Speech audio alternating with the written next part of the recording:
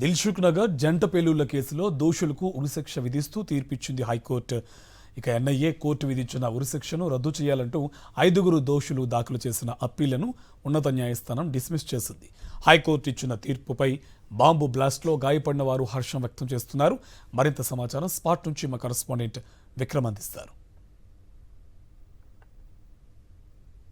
దిల్సుఖ్ నగర్ జంట బాంబు పేలుళ్ల కేసులో 5 మరణశిక్ష విధిస్తూ ఉరిశిక్ష విధిస్తూ హైకోర్టు తీర్పునిచ్చింది. ఈ నేపథ్యంలో 2013 ఫిబ్రవరి 21వ తేదీన దిల్సుఖ్ నగర్ ప్రాంతమంతా కూడా ఒక భయానక వాతావరణం, రక్తపాతం అంతా సృష్టించిన పరిస్థితి అయితే ఉంది. మనం ప్రస్తుతం 2013 21వ తేదీన జరిగిన బాంబు పేలుళ్ల ఘటన ప్రదేశంలో ఉన్నాము.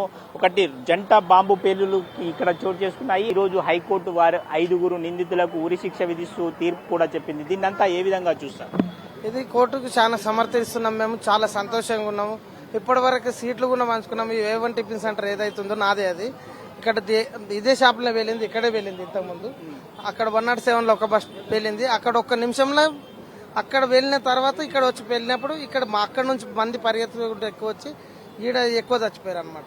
ఇక్కడ చాలా మంది ఇదంతా రక్తం మడగలైనాయి. ఆ రోజు చాలా అంటే చాలా బాధగా ఉండేది. వాళ్ళ కోర్టు తీర్పిచ్చినందుకు మేము చాలా కోర్టుకు చాలా ధన్యవాదాలు చెప్తున్నాం, చాలా సమర్థిస్తున్నాం. వాళ్ళకి తొందరగా ఉరి తీయాలని కోరుకుంటున్నాం. మేము ఆ రోజు ఘటనా పరిస్థితులను చూసి ఏమనిపించింది? దాదాపుగా 18 మంది చనిపోయారు, 131 మంది గాయాల పాలయ్యారు. క్షణాల వ్యవధిలో 107 బస్ స్టాప్ దగ్గర ఒకటి మీ మిర్చి సెంటర్ దగ్గర ఒకటి.